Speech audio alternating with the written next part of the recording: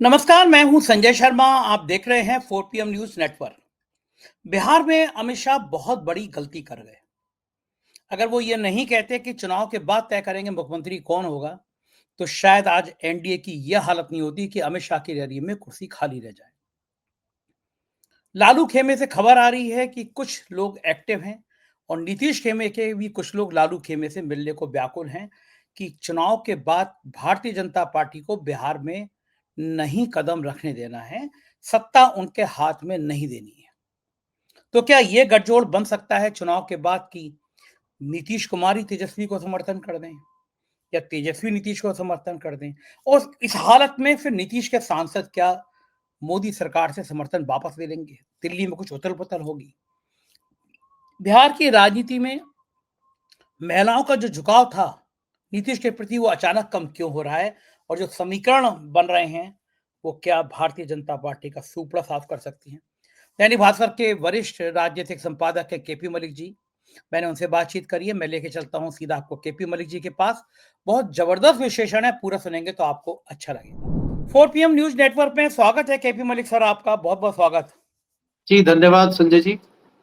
आप चले गए कहीं घूमने-घामने और दिल्ली में एक नई नदी तैयार कर दी प्रधानमंत्री जी ने बिसलेरी वाटर से नहाने के लिए। आप थे नहीं, वरना आप भी उस यमुना मैया में बिसलेरी वाटर से नहा के आते।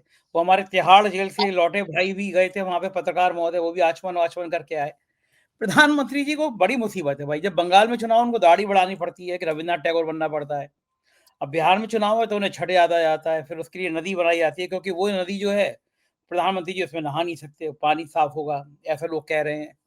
तो आप मलिक साहब, आप भी वो आचमन-वाचमन करके आए नहीं? आज सुदीप चौधरी गए थे वहाँ पे आचमन करने के लिए, आपके पास क्या जानकारी है? नहीं देखिए, वो तो बड़े पत्रकार हैं, ख़ैर उनका क्या कहना। छोटे आप भी बात नहीं ये हैं, है छोटे-छोटे जी, आप भी नहीं हैं, ऐसा नहीं है आप उनको बड़ा कह रहे नहीं, हैं। नहीं हम तो छोटे-मोटों आपके में आते आपके ज़्यादा जलवे हैं दिल्ली में। हैं। हुँ, नहीं, लेकिन क्या है कि वो तो हमारे जो बिहारी भाई हैं, उनका त्योहार है, छठ का पर्व है, जो आज से शुरू हो गया है। हुँ, क्योंकि छठ पे परंपरा है कि वो डूबते सूरज को अर्घ देते हैं और कल सूर्य उदय होगा, तो तब उसकी पूजा करेंगे, ये उनकी परंपरा है। तो आज भी वहाँ चहल-पहल रही है और कल सुबह भी चहल-पहल रहेगी। लेकिन सवाल ये है कि प्रधानमंत्री जी के लिए अलग से लाइन बना दी गई। खबरें तो इस तरह की है कि गंगा जल लाया गया है, क्योंकि यहाँ दिल्ली में वज़ीराबाद में एक गंगा जल की लाइन आई हुई है, जिसमें से पीने के पानी की आपूर्ति होती है। और वो पानी लाके वहाँ डाला गया है और बाकी जो है प्रधानमंत्री और उनके जो चेले-चपाटे हैं वो उसमें वहाँ आमचन करें और वहाँ पूजा-पाठ करें और उसके बाद जो है बाकी लोग अपना जो केमिकल वाली यमुना है, जिसमें अगर आप हाथ भी डाल देंगे, आपके हाथ पे फफोले पड़ जाएँगे, इस तरह की पानी वैज्ञानिकों ने, जानकारों ने, विशेषज्ञों ने मना किया है उस पानी को टच करने को, उसमें जाके अपनी जो है पूजा करेंगे। अब ये जो माहौल बनाया जा रहा है इस तरह से कि प्रधानमंत्री जाएँगे, नई नदी बना दो, ये बना दो, इसकी कोशिश की जा रही है कि इसको भुनाया जाए बिहार में, क्योंकि बिहार में चुनाव है, तो यहाँ कोई भी चीज़ ऐवें ही नहीं हो जाती। उसके पीछे कुछ ना कुछ बड़े कारण होते हैं।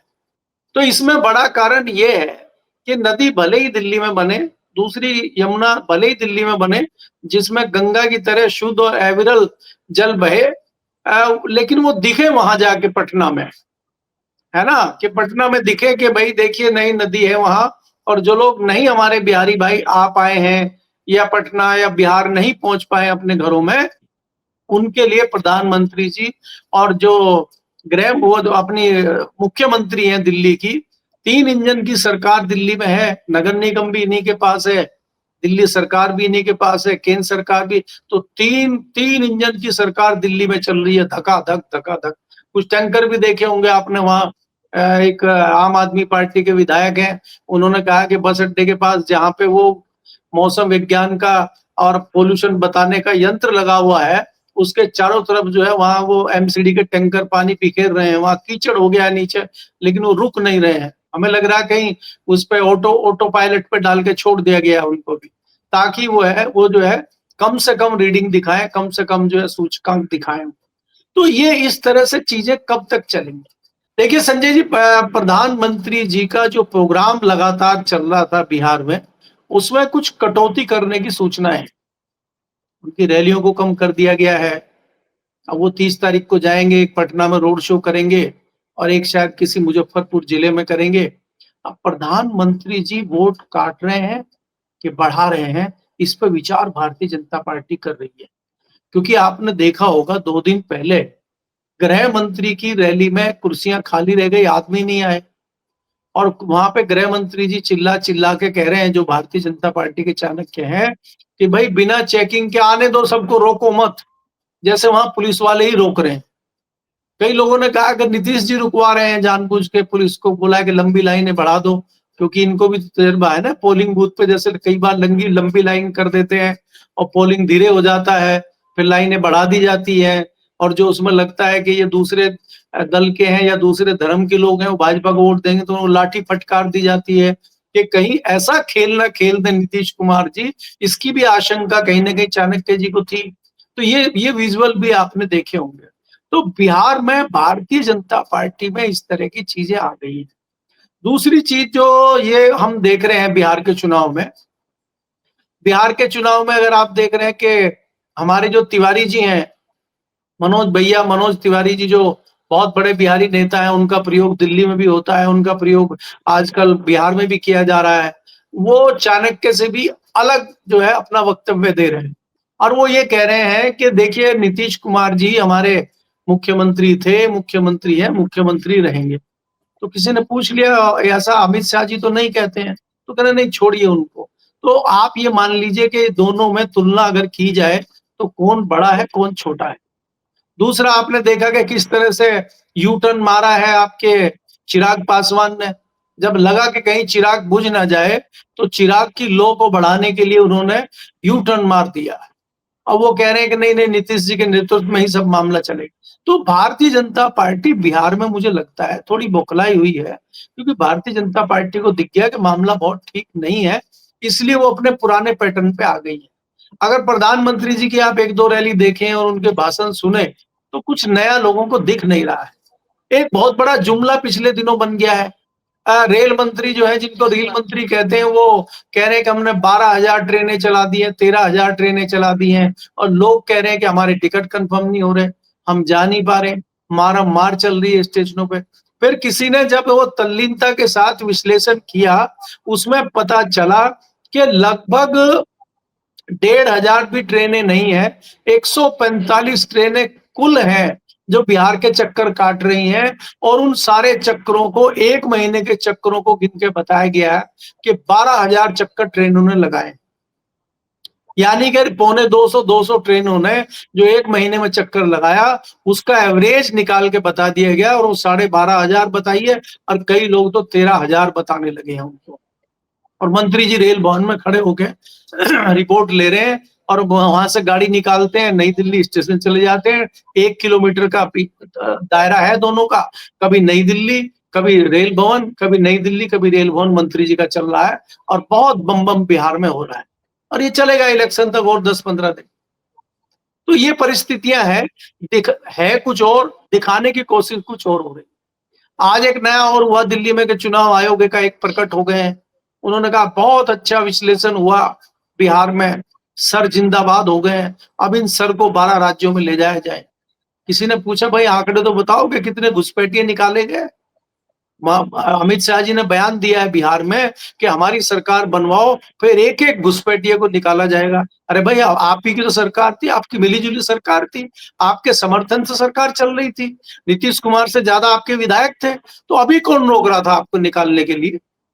तो ये लोगों के समझ में आ गया है कि ये सब जुमलेबाजी चल रही है, इससे भारतीय जनता पार्टी बैकफुट पे पहुंच गई है, इसीलिए रैलियों में कटौती हो रही है। अच्छा, बड़ी समस्या ये आ रही है बीजेपी के सामने, वो करे तो करे क्या? नीतीश कुमार को लेके महिलाओं के मन में सिंपैथी रही है अभी तक, ये बात तो सही है। लेकिन इस बार बिहार में जितना ये सामने आ गया कि भाई नीतीश तो मुख्यमंत्री नहीं बनेंगे, नहीं बनेंगे, नहीं बनेंगे और ये लगभग तय हो गया, बिहारी के दिमाग में आ गया कि बीजेपी खेल करेगी, नीतीश नहीं बनेंगे, नीतीश का हाल शिंदे जैसा ना हो जाए जो महाराष्ट्र में शिंदे का हुआ है।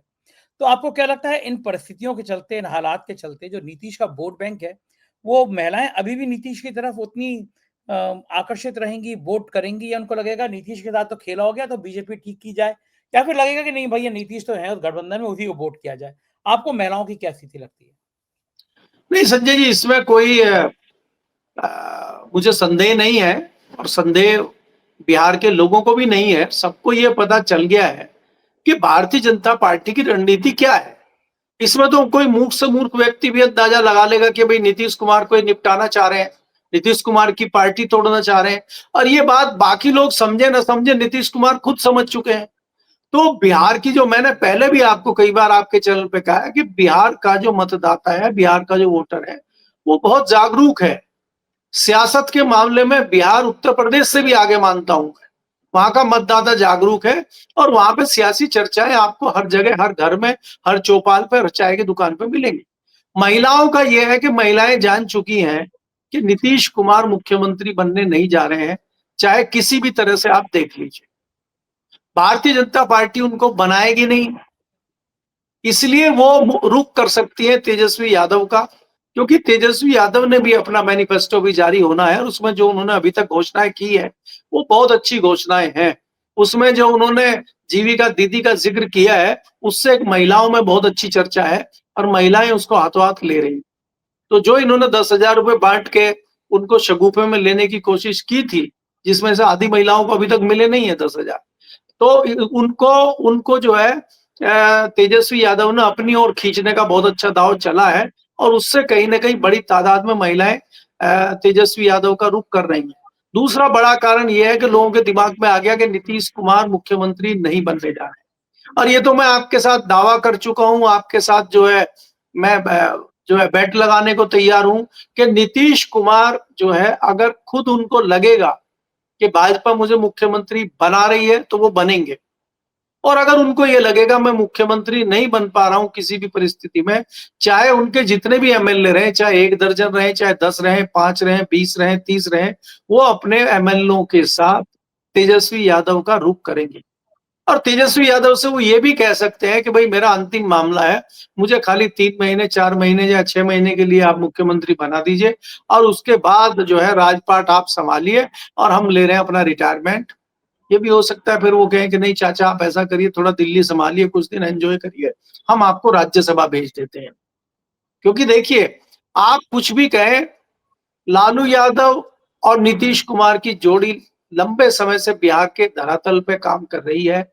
उनसे बड़ा चाणक्य वहां कोई नहीं है, और लगभग लगभग एक ही पैटर्न है दोनों का। और संजय जी, मैं अगर आपको बताऊं, 95 के बाद जब मुख्यमंत्री बन गए लालू यादव, और उन्होंने नीतीश कुमार को थोड़ा सा दूर कर दिया, थोड़ी दूरी बन गई, तो नीतीश कुमार को ये लगने लगा कि अगर मुझे ऊपर जाना है तो मुझे किसी न किसी बड़े दल का सहारा लेना पड़ेगा, और तब उन्होंने भाजपा का रुख किया था, और वो अपनी रणनीति में बखूबी पास हुए, और उसी रणनीति के तहत वो सीएम भी बने, और केंद्र में मुख्यमंत्री, केंद्र में वो मंत्री भी बने, रेल मंत्री रहे। और इसलिए इसलिए क्या है कि भारतीय जनता पार्टी के कंधे पे सवार होके नीतीश कुमार ने लंबी यात्रा बिहार में की है। आज भारतीय जनता पार्टी खुद मुख्तार वहां होना चाहती है, लेकिन भारतीय जनता पार्टी के पास वहां आदमी नहीं है। अगर आप व्याख्या करें, चाहे वो जितने आपके नेता है, चाहे सम्राट चौधरी हो, उनका देख लीजिए क्या मामला है। क्या सम्राट चौधरी के नाम पे, बाकी का तो छोड़ दीजिए, उनकी बिरादरी के 10 वोट आ सकते हैं? क्या आप जिस नित्यानंद राय की बात कर रहे हैं, उनके नाम पे यादवों के 5% वोट आ सकते हैं? क्या गिरिराज के नाम पे कुछ जो है भूमिहार है, उनके कुछ वोट आ सकते हैं? तो इनके पास वहां नेताओं का टोटा है, और जो नेता इनके हैं वो सब हवा हवाई है। भारतीय जनता पार्टी के लिए सबसे बड़ी मुश्किलात है कि भारतीय जनता पार्टी इतने लंबे पीरियड में भी एक नेता खड़ा नहीं कर पाई, एक भारी भरकम कोई नेता नहीं बना पाई जो बिहार में भारतीय जनता पार्टी का झंडा लेके आगे चल सके। इसलिए आज भारतीय जनता पार्टी को ये दिन देखना पड़ रहा है कि कभी वो चिराग के पीछे खड़ी होकर राजनीति करती है, कभी वो जीतन राम मांझी को आगे करती है, कभी वो कुशवाहा को आगे करती है, और कभी उसको नीतीश कुमार से जो है सहयोग मांगना पड़ता है। और अब सीधे सीधे ये कह देना कि भाई विधायक दल के नेता चुनेंगे कि कौन मुख्यमंत्री होगा, उनकी क्या औकात है जो विधायक बन के आएंगे, और उनके नेता हैं कौन, चुनेंगे कौन? तो इस तरह की चीजें कहने का मतलब ये है कि आपने ये बहुत बड़ा पासा फेंका जो आपको ही कहीं ना कहीं नुकसान कर गया। मुझे लग गया कि देखिए चाणक्य जी ने जो ये खेल चला था खेल तो दूसरे तरीके से उन्होंने चला था, लेकिन उन्हीं के गले की हड्डी बन गया। अगर चाणक्य ये बयान नहीं देते तो शायद बिहार में ये परिस्थितियां नहीं बनती। चाणक्य का जो बयान आया उससे कहीं ना कहीं नीतीश कुमार भी सकते में आए हैं, और नीतीश कुमार का जो कोर वोटर था वो भी सकते में आया है। इसलिए उसको समझ में आ गया है कि नीतीश कुमार मुख्यमंत्री बनने नहीं जा रहे, क्योंकि आपको पता है संजय जी, पिछड़ों में बहुत अच्छी पकड़ नीतीश कुमार की है। और आज कितनी भी आप बात करें, जो जो व्यक्ति इतनी लंबी राजनीति में हो, उसके ऊपर कोई गंभीर आरोप मैंने कभी सुने नहीं है। उनके ऊपर करप्शन का आरोप नहीं है। जो राजनीति में जिस तरह के तमाम आरोप आपके ऊपर लगते हैं, नीतीश कुमार के ऊपर कोई इस तरह का आरोप नहीं है। और उनको सुशासन बाबू के नाम से जाना जाता है, उनकी साफ सुथरी छवि है। तो ऐसे व्यक्ति को भारतीय जनता पार्टी अगर शिंदे बनाने की कोशिश कर रही है, तो ये भारतीय जनता पार्टी अपनी जड़ें खोद रही है बिहार में, मुझे ऐसा लगता है। नहीं, आप आपकी बात से सहमत हूं कि इस तरह की चीजों से नुकसान बहुत हुआ है एनडीए गठबंधन को कि नीतीश फेस नहीं है। अच्छा, नारा भी दिया था पहले, तो एक नारा था अब की बार नीतीश कुमार, बिहार में बहार है, नीतीश कुमार है, और इस बार गायब कर दिएगा नीतीश कुमार। मैं समझना चाहता हूँ केपी मलिक साहब की अमित शाह को सूझी क्या? ये बयान जैसा आपने कहा नहीं देते, कोई रणनीति थी या सहज ऐसे ही दे दिया बयान कि जो बेल बैठ के तय करेंगे हम लोग कि कौन होगा मुख्यमंत्री, या कोई इसके पीछे कोई रणनीति थी, कोई विचार था, खेल क्या था इस बयान के पीछे? अगर अमित शाह ये बयान से बच जाते तो शायद ज्यादा बेहतर होता है एनडीए गठबंधन। ये चर्चा नहीं आती कि भैया मुख्यमंत्री कौन बनेगा। अब तो तेजस्वी कह रहे हैं कि हमारा तो मुख्यमंत्री हो गया घोषित, हम हैं, इंडिया गठबंधन कह रहा है तेजस्वी हैं, एनडीए में हिम्मत तो करके दिखाओ कौन है। तो इस बयान का मतलब क्या था, क्यों बयान दिया अमित शाह ने? अगर कोई और बनाना भी था तो बाद में बना लेते। खेल क्या था इस बयान के पीछे? नहीं, देखिए, रणनीतिकार है अमित शाह जी, चाणक्य हैं, ऐसे तो हवाई कोई बात करते नहीं है वो। उन्हें सोची समझी रणनीति थी। और आप यहाँ तक देखिए कि जो सवाल मीडिया पर्सन से पूछवाया गया था, वो मीडिया की जो मैडम थी उन्होंने खुद नहीं पूछ लिया था। उनको कोई आकाशवाणी नहीं होगी थी, और या उनको कोई इस तरह का समझ नहीं आ गया था कि ये सवाल पूछ ले जाओ। सवाल भी पूछवाया गया था बाकायदा। एक्चुअली क्या है कि कल को ये मैसेज वहां ना जाए कि भाई हमने तो पहले ही कह दिया था कि विधायक दल के लोग चुनेंगे। इनको कहीं ना कहीं कॉन्फिडेंस ये आ रहा था कि हम पीके के सहारे से, हम चिराग पासवान के सहारे से और भारतीय जनता पार्टी मिलके हम लोग बहुमत प्राप्त कर लेंगे, हमें नीतीश कुमार की जरूरत ही नहीं पड़ेगी। तो इसलिए हम पहले ही इस तरह का एक माहौल बना दें, इस तरह का एक मैसेज दे दें कि भैया इस बार जो है भारतीय जनता पार्टी का मुख्यमंत्री बिहार में बनने जा रहा है। इन्होंने तो अच्छा सोच के किया था, लेकिन इनकी रणनीति उल्टी पड़ गई। अब जरूरी थोड़ी ये सारे पांसे इनके सीधे ही पड़े। इनके तो पांसे आज तक तो 2013 से लेके आज तक तो सीधे पड़ रहे हैं इनके। ये फेंकते हैं उल्टे और गिरते हैं नीचे, सीधे दिखते हैं। आपने देखा यूपी में 2024 में क्या हुआ, क्या पांसे इन्होंने फेंके थे सारे उल्टे हो गए। जो इन्होंने सीधे फेंके थे पांसे वो सारे यूपी में उल्टे हो गए, राजस्थान में उल्टे हो गए। राजस्थान में वसुंधरा ने इनके सारे पांसे उल्टे कर दिए और 10 सीटें लोकसभा की इनको जो है नुकसान झेलना पड़ा। अगर ये वहां पर रणनीति अपने लोगों के साथ मिलकर बनाते, अगर ये सहज रिश्ते बनाते वसुंधरा से, तो राजस्थान की 10 सीटें मिलती। अगर बाबा से यूपी में इनके रिश्ते अच्छे होते तो 25-27 और जोड़ दीजिए, तो कितना बढ़िया इनका होता, पूर्ण बहुमत की सरकार आज केंद्र में होती। और वही गलती इन्होंने जो है आप कॉन्स्टिट्यूशन क्लब में भी तो करी। कॉन्स्टिट्यूशन क्लब तो कुछ है ही नहीं, वो तो खाली नापने का एक पैमाना है। जैसे आपको बुखार हो जाए और थर्मामीटर आप लगाते हैं, तो थर्मामीटर कुछ है थोड़ा ही, वो तो यंत्र है। बुखार तो आपकी बॉडी में है। तो आपको तो यंत्र मिला था कॉन्स्टिट्यूशन क्लब के नाम का, आप तो उसी में फेल हो गए। तो उससे लग गया कि आपकी रणनीति आजकल फेल हो रही है। तो यही रणनीति जो इन्होंने बनाई थी बिहार में कि भाई पीके हमें सपोर्ट करेगा, पीके तो खाली नाम है, वो तो आने के बाद सब टूट टाट के भाजपा में आ जाएंगे। और भाजपा के अगर 85-90 विधायक आ गए और 10 उसके आगे, 5 उसके आगे, 3 उसके आगे, सबको तोड़ ताड़ के हम लोग जो है महाराष्ट्र की तर्ज पर बढ़िया सरकार बिहार में बनाएंगे और 5 साल ठोक के चलाएंगे। तो वो सपना इनका टूटता हुआ नजर आ रहा है। एक्चुअली ये बिहार को महाराष्ट्र समझ बैठे गलती से। अब बिहार महाराष्ट्र तो है नहीं, वहां तो हर आदमी नेता है, वहां एक से एक खांटी लोग बैठे हैं नेता। और ये नीतीश कुमार को हल्के में ले लिया, इन्होंने पूरा परसेप्शन बनाया। जैसे आपको याद होगा कि राहुल गांधी को इतने दिन से पप्पू बनाने का काम कर रहे थे, और पप्पू ने जो हथौड़ा मारा फिर वोट चोर का और दूसरी चीजों का, अब इनके नानी याद आ गई है। वही चीज इनको ये हुआ कि पप्पू बनते रहे, वो चुपचाप रहते हैं नीतीश जी। अगर आप जो पीछे गए थे वो 2015 की बात करें संजय जी, जब वो गए लालू के साथ, वो पता नहीं था शाम को किसी को, और सुबह पता लालू के साथ चाय पी रहे, वहां सरकार बन गई। तो नीतीश जी बोलते नहीं है, करते हैं, और ये खाली बोलते हैं, करते कुछ नहीं है। तो नीतीश कुमार को समझना हर एक व्यक्ति के बस की बात नहीं है। देखिए 3 दशकों से अधिक से मैं भी दिल्ली में देख रहा हूँ, और मैंने नीतीश कुमार को और लालू यादव को बहुत बारीकी से देखा है। उनके जो साथ के नेता थे वो यूपी में मुलायम सिंह यादव और इस तरह के नेता थे। आज मुलायम सिंह यादव को समझने वाले, मुलायम सिंह यादव की तरह राजनीति करने वाले लोग आपको मिलेंगे क्या? मैंने तो यहां तक देखा है, शायद आपको शेयर भी किया था आपके चैनल पे, कि जब 2004 का इलेक्शन हो रहा था और कल्याण सिंह बुलंदशहर से चुनाव लड़ रहे थे, कल्याण सिंह ने हमारे सामने फोन किया मुलायम सिंह यादव को कि मुझे आपकी सहायता की जरूरत है। और मुलायम सिंह का बड़ा दिल देखिए, उन्होंने जो सीट आरएलडी को मिली थी बंटवारे में, आरएलडी वाले कैंडिडेट को हरवा दिया और इनको कल्याण सिंह को जितवा दिया, अपने घोर दुश्मन को। तो नेता तो ये है नेता, और ये करते हैं राजनीति, और ये करते हैं नेतागिरी। यहाँ नेतागिरी है क्या? दुश्मन के साथ भी अच्छा व्यवहार करना। उन लोग, अब कितनी भी दुश्मनी रहे लालू यादव में, नीतीश कुमार में, उनको एक होने में 10 मिनट नहीं लगे। और कोई दो राय नहीं है इसमें संजय जी, मैं तो आपको पहले ही कह रहा हूं, अगर नीतीश कुमार को यह समझ में आ गया कि भाई मैं सीएम नहीं बन रहा हूं, आंकड़े मेरे खिलाफ हैं, आंकड़े मेरे मुताबिक नहीं है, तो उनको तेजस्वी यादव के पास जाने में बिल्कुल देर नहीं लगी। और अगर दमखम उनमें थोड़ा मजबूत हुआ तो वो कह देंगे मुझे सीएम बनाओ भाई लालू जी, क्योंकि बाहर रखना है भाजपा को, और लालू जी बनाएंगे इनको।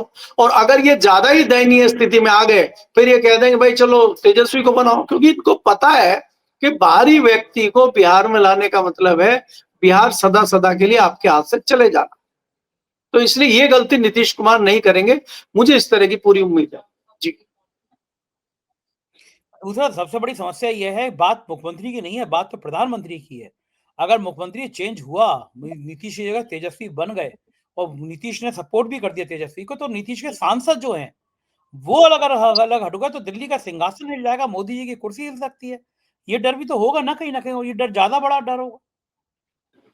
देखिए संजय जी, अब परिस्थितियां ये है, मैं आपको बता दूं, केंद्र की सरकार भले ही हम लोग भी कुछ भी कहते रहे, इतनी आसानी से भी जाने वाली है, क्योंकि जितने आपके सांसद हैं वो सब दागी सांसद हैं। अगर कुछ सांसद नीतीश कुमार के चले भी जाएंगे, तो इतने सांसदों को जुटाना भारतीय जनता पार्टी के लिए मुझे बड़ा मुश्किल खेल दिखाई नहीं देता है। चंद्रबाबू नायडू को बहुत अच्छा मौका मिला हुआ है, उनके मजे चल रहे हैं, उनकी अंधी लूट चल रही है, उनको जरूरत भी है, क्योंकि कंगाली की हालत पे खड़ा हुआ है आंध्र प्रदेश। और आंध्र प्रदेश को बढ़िया बनाने को, मजबूत बनाने के लिए उनके पास स्वर्णिम अवसर है, जिसका वो भरपूर फायदा उठा रहे हैं। आप देखिएगा, कई सारे दल जो अभी भी बाहर हैं एनडीए से, जैसे ही तलवार सीबीआई, ईडी, इनकम टैक्स की लटकेगी, कई क्रांतिकारी फिर वहां जाकर नतमस्तक हो जाएंगे। और उसमें तो इनकी मास्टरी अभी तक तो है। अब बाकी बिहार इलेक्शन के बाद क्या परसेप्शन बनता है, क्या नया नजरिया बनता है, क्या नए समीकरण बनते हैं, वो बात की बात है। क्योंकि नीतीश कुमार के लालू के साथ जाने से भी सारे सांसद इनके साथ नहीं आएंगे। जिन सांसदों को, क्रांतिकारी सांसदों को आप देख रहे हैं तो जेडीयू में, भाषा भाजपा की बोल रहे हैं, तो उनसे कैसे उम्मीद कर सकते हैं कि वो नीतीश कुमार के साथ जाएंगे? वो तत्काल भारतीय जनता पार्टी में जाएंगे। ऐसे सांसदों की संख्या, बड़ी संख्या मुझे दिखाई देती है जी।